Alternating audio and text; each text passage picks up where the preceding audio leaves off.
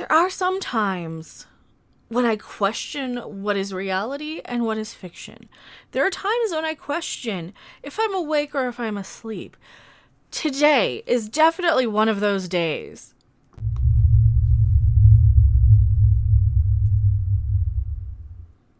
Hello everyone, I am still Becca Random 42, the one, the only, the original, still your favorite YouTube consumer advocate, Harpy, and this has to be the most bizarre, strangest, weirdest article I have ever seen from the Mary Sue.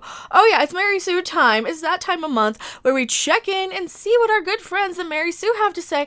I don't know what to make of this article. I am so confused by this one. I don't know if it's day or night, up is down, light is not. What am I talking? This one broke my brain. This one really, really broke my brain. And you guys, you have to see it. Here we go. Why do men take such pleasure in telling me Han Solo was a predator, according to a new Mary Sue writer? You know, just to be safe.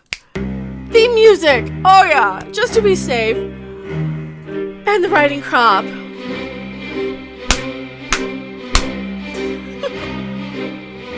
What can you do, really?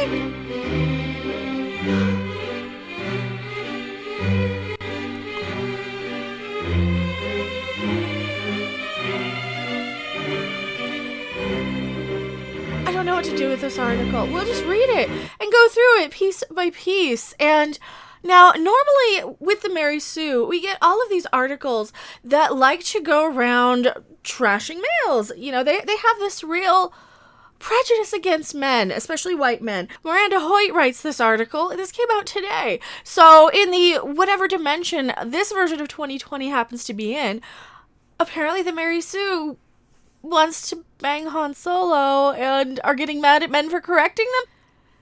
It's not the iconic Greedo scene that gets me, or the legendary I know. For me, it's that moment on the Death Star where Han Solo, at a loss and trying to stall, tells the Imperial troopers, "We're all fine here." Then comes the line that will give him away to the stormtrooper and endear him to me forever. "How are you?" Just as the guard on the other end of the intercom figures out what's happening, Han shoots up the entire apparatus. Well, yeah, see? That's called comedy. That's where actual comedy works. It's much better than the your mama jokes in The Last Jedi or any of those other new modern versions of Star Wars humor. This is something where it's actually funny. It's something the character would actually do. It's timeless. It's not a your mama joke that, to be honest, went out of date in the 90s. Boring conversation anyway, he mutters. Every time I watch the scene, my crush on this character, established when I was 6, grows exponentially. Alright, well, 6 might be a little too young to start crushing on a grown man, but hey, you do you. I am just here to make fun of your article. I love mapping his evolution over and over again. He starts out with so much confidence in who he is, the guy who shoots first and doesn't believe in any force other than dumb luck. Slowly, that confidence evaporates and is replaced by faith in a real cause. His small, exasperated interaction with a stormtrooper reveals his true chaotic nature. You're reading too much into it. He's just a guy improving and doing his best to muddle through life. But hey, fine. Go through and deep dive and dissect every little moment of every little piece of this. That's what geeks do. I'm much happier when people do this than just try and tell us we're all a bunch of man babies for not liking something. I can at least get on, and again, this is where my concern is. I can kind of get on board with, okay, we're picking apart the character here. We're picking apart something that this author really, really likes in this character. All right, no fault there. We'll get there though. It'll get to it. We'll get to the point where I need to whip out the writing crop because I skimmed through this one just a bit and I know where it's going. And the revolutionary spirit that will eventually inspire him to become part of a movement bigger than himself. Of course, he does all of this while being ruthlessly funny. Who could blame me for loving him? Well, nobody. There's nothing wrong with liking Han Solo at all. As it turns out, a bunch of here we go. Oh, you gotta blame every single time. Just leave it at that. A bunch of men. All I need to do is put on one of my several shirts featuring Harrison Ford's face to get into an argument I can't win. Oh, boo-hoo, you can't win an argument. Actually, Han Solo was a predator, my male acquaintances tell me. Well, see, this looks like all of her little male feminist acquaintances are telling her off. See, this is what they always do. This is why I can't stand the ones that go, oh, I'm a male feminist. I'm sorry men treat you like that. Because every time you get somebody who does that type of thing, especially in the SJW community, especially in that sort of mindset, in that sort of clique, in that sort of group, they always follow it up with some sort of insult. They want to talk down to a woman and pretend and weasel their way in like they're a good guy. And then they always talk down to the girl like it's something she did wrong or said wrong. And they always do this with a disguise of being, oh, I'm a nice guy though, but I'm a nice guy. And you should do this, and that. Excuse me? I didn't ask ya. Did not ask you one bit. That's the problem here. She's hanging around with too many of the dumb SJW type of men. She's hanging around with too many male feminists, probably these little 98-pound vegan little soy boy types. And yeah, I'm probably going to get in trouble for saying that, but I'm using that as sort of a generalization. I'm using that as this stereotype of the problem of what is wrong with society, right? Those men are no different than the quote-unquote toxic men. You know, the toxic men that we always hear about. Those men are no different than that. They just give you this evil, weaselly little excuse saying, oh no, we're better. I'm better than that. Oh no, because I deal with some of these randomly on Twitter, people who don't realize that I'm part of the fandom menace. They don't understand that I'm not an SJW. I'm not going to be pandered to like this. And that's her problem here, is that she's still dealing with these male acquaintances, you know, the type. And Ethan Van Sciver actually drew a picture of all of them here. Let me pull it up. This guy, Ethan Van Sciver drew that, and that's what they all look like, and that's how they all act, and that's how they all are. They all have this desire to correct the woman, and you know, it usually works with really, really dumb SJW type of women. This is part of why you're getting called out, because you're not saying something that's part of the narrative. You're not out there bashing Han Solo or Harrison Ford. And if you were doing that, then that wouldn't be a problem. But you're not doing something that's part of the narrative. So of course they're calling it. And I see this all the time in pop culture, in politics ball, which I don't even talk about. But since it's politics season, it's all in my Twitter feed. Also, follow me on Twitter. Like, subscribe, share if you do like my content. I really, really appreciate it. And anyway, back to this article here. So she's upset that she's in an argument that she can't win with a bunch of people who are just trying to talk down to her. That's what it seems like to me. And no. If you actually have a reasonable take on something, I cannot believe I have to defend a Mary Sue writer, but she's new. She hasn't been corrupted yet by the groupthink. Maybe that's why. Maybe they're trying to condition her and bully her into submission and kind of get her to drink the Kool-Aid, as it were, into, oh, men am bad, all this stuff. Because I think she already kind of believes that. She probably is already of the assumption that men are not equal to women for whatever reason. She probably believes that because she's part of this whole Mary Sue clique anyway. Here we go. Actually, Han Solo was a predator, my male acquaintances tell me. Sometimes this allegation stems from actual history. 35 years of Harrison Ford's affair with 19-year-old Carrie Fisher, always suspected and finally confirmed in Fisher's autobiography. Yeah, but you know what? Han Solo isn't Harrison Ford. They're two different people. They're two different characters. Like, one is a character and one is the actor who plays him. They're two things. You cannot cancel Han Solo because the actor. Oh, that'll be next. That'll be the next thing they do, because we're in this cancel happy culture of just a bunch of dumbasses running around ruining everything for everybody because we need to baby proof the world because grown adults don't know how to function in society. They think that they have the right to not be offended by anything ever, instead of, I don't know, using their brain and trying to focus on the stuff that they do, like, oh no, I can't see anything, I can't hear anything because it'll offend me. Don't care. Not caring anymore. Alright, now this next paragraph, whether we have a moral obligation not to rewatch the work of predatory men is an important question, but it's also different from what I'm talking about. Well, you know what though? Here you go. She's 19. She's a grown woman.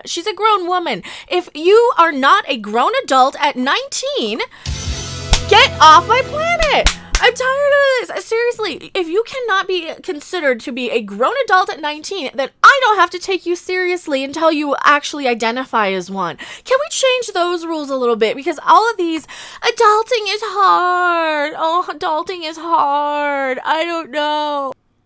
if you are a grown person who cannot function as an adult, then don't demand special treatment like you are one. Don't demand that I take you seriously on the internet. Don't vote, for crying out loud, if you cannot function as an adult, because that's a privilege that is for people who are of a certain age, meaning that they are legally adults. So if you don't identify as one, then don't act like one. Then stay home, be a 25-year-old grown woman watching She-Ra on Netflix, where you've got to watch these fictional characters and ship them because you're too immature to be a grown adult. That's what this really seems like to me now. That this is just another example of people who are grown adults who, oh, I got groomed. You're 19. I don't care. If you're 19, you're an adult. Stop it. Just stop it. If you have 15-year-old kids or 11-year-old kids who can be tried as adults when they're committing crimes, then a 19-year-old should effing know better. You should really, really know better. And sorry, Carrie Fisher didn't seem to have a problem with it. Carrie Fisher wasn't saying, oh, I felt uncomfortable. He preyed on me. No, he didn't. He wasn't. I'm going to go out on a limb here. I didn't read Carrie Fisher's book. I'm going to assume that she's the type of woman who didn't complain about that. She didn't go around saying, oh, he groomed me. He was a predator, because she was 19. She knew better. She grew up in Hollywood, for crying out loud. Her parents were famous. They were movie stars. She knew what she was getting into, and she was a confident, strong enough woman to understand that. She's an actress. She was using what she had. She had the brains to handle everything. And yeah, sure, she didn't have the best life on the planet, but damn it, she's a role model. For crying out loud, I'm tired of these people. I am so tired of these people who are like, oh, you groomed me. I'm a grown. Shut up. Just shut up. Stop. I don't even want to finish reading this article. Is there anything else in here? She's just talking about how much she wants to bang Han Solo now. Was the film saying no means yes? They ask me, and that's where my argument falls apart. Or expands into something more complicated, depending on how annoyed I am at this point, because of course the movie is saying no means yes. That's what most films say. Hollywood has always been terrified of the implications of female desire. But you know what? Guess what? I'm a woman, and sometimes, no is a coy way to kind of just say, not yet, right? Sometimes it's a coy way of saying, and here's the thing, there's a lot of stuff that probably happened off screen in between the first and second movies, right? There's a lot of stuff that's happening off screen in these films that developed these characters as well. It is the most simplified, quick way to tell the story. You're reading too much into this. You're holding a film that was made in the 70s, as late as 1983 for the original trilogy. You are holding them to a standard of today where 19-year-olds can be groomed. And what? Or think they can. 19-year-olds think that they can be groomed by older men. Oh, I was 19 and this guy at this channel said something about... I don't care. You're 19. You're a grown adult. Act like one. Or relinquish everything. Get rid of your Twitter handles, your YouTube channels, your article writing abilities. You know what? If you want to be a child, go home, live with mommy, be on her payroll. Don't be a member of my society. I don't want to have to deal with these grown adults who think that they are children. I don't. And you know what? And this is coming from me. I play games that are meant for young people on Switch in my spare time for fun because I enjoy them, and I'm not out there saying, I need this because I can't help it. I can't handle life. I need to drink wine out of a sippy cup. Where? And seriously, grow up, Mary Sue writers. Fully indulges the toxic narrative. So does that mean I think Han Solo is a predator? It means that as a female identifying fan and screenwriter, you're not even a real natural born woman. Because see, here's the thing with all of the cancel culture going on lately. Would it be a female appropriation to have people identify as something that they're not? I mean, you can't be somebody who looks like me and voice a cartoon character like Susie Carmichael on the Rugrats, for example, because we don't have matching outsides. So I'm just asking if that, as a female identifying fan and screenwriter, I mean, Are you trying to steal my culture as a woman?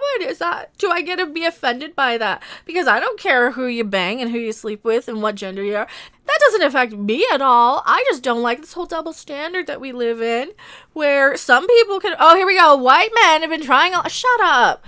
Shut up with your white man bashing. It gets old.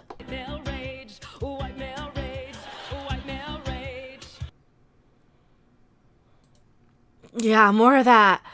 And here they go on saying, rather than we need more women writers, more writers of color, etc., major studios tend to give us bad faith displays that are supposed to make us feel seen. That infamous Endgame shot. Well, and yeah, it was kind of cringe. I can give you that one. You know, if you're somebody who thinks adulting is hard, take yourself out of the equation. Don't do anything that adults do, like get on social media, interact with other adults. You know, you can go back to your kiddie table. That's fine. I have no problem with treating people as children if they identify as such. Just don't hold yourself to the same standard as everybody else in my society in real life who are out there doing what they can to make a living, all of this stuff. If you can't even be bothered to feel like an adult or whatever. Tell me what you guys think in the comment section below. I am MechaRandom42 and I'll see you guys later. Bye. Thanks for watching. If you liked it, make sure to hit that like button. And if you want to see more, don't forget to subscribe. See you in the next video.